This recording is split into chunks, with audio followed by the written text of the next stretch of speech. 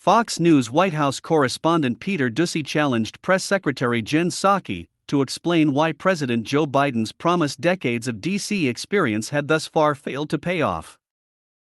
Doocy pointed out the fact that Biden had run on his experience making deals for decades in the Senate along with the promise to reach across the aisle and help bring the two opposing parties together, and he noted that so far, the president had not been able to deliver.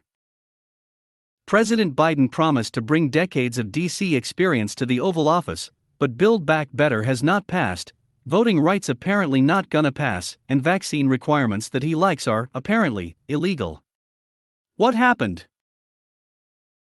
Well, first, Peter, I would say if you look back at last year, and what we were able to accomplish that include getting the American Rescue Plan passed, a package that has contributed to cutting childhood poverty by 40%, has helped ensure that we are moving at a faster pace toward economic growth, toward a record low unemployment rate, helped ensure schools more than 95% are open across the country, Psaki said. He also pressed despite skeptics to get a bipartisan infrastructure bill passed, Psaki continued. One that we are just announcing today, the fact that 15,000 bridges are going to be repaired that was despite many skeptics. And because of his efforts, 200 million Americans are now vaccinated. The work of an administration continues after 1 year, and he will continue to press forward on all of those priorities.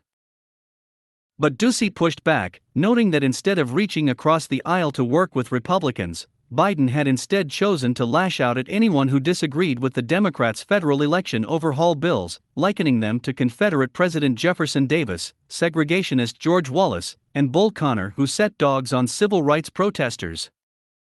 As you talk about a year ago and working with Republicans, now he's talking about Republicans that don't agree with voting rights. He's describing them as George Wallace, Bull Connor, and Jefferson Davis. What happened to the guy who, when he was elected, said to make progress, we must stop treating our opponents as our enemy? I think everybody listening to that speech who's speaking on the level, as my mother would say, would note that, he was not comparing them as humans, he was comparing the choice to those figures in history and where they're going to position themselves as they determine whether they're going to support the fundamental right to vote or not, Psaki claimed. Following Biden's speech and criticism from CNN's Jake Tapper, Senate Majority Whip Dick Durbin conceded that the president might have taken his rhetoric a bit too far in those comparisons.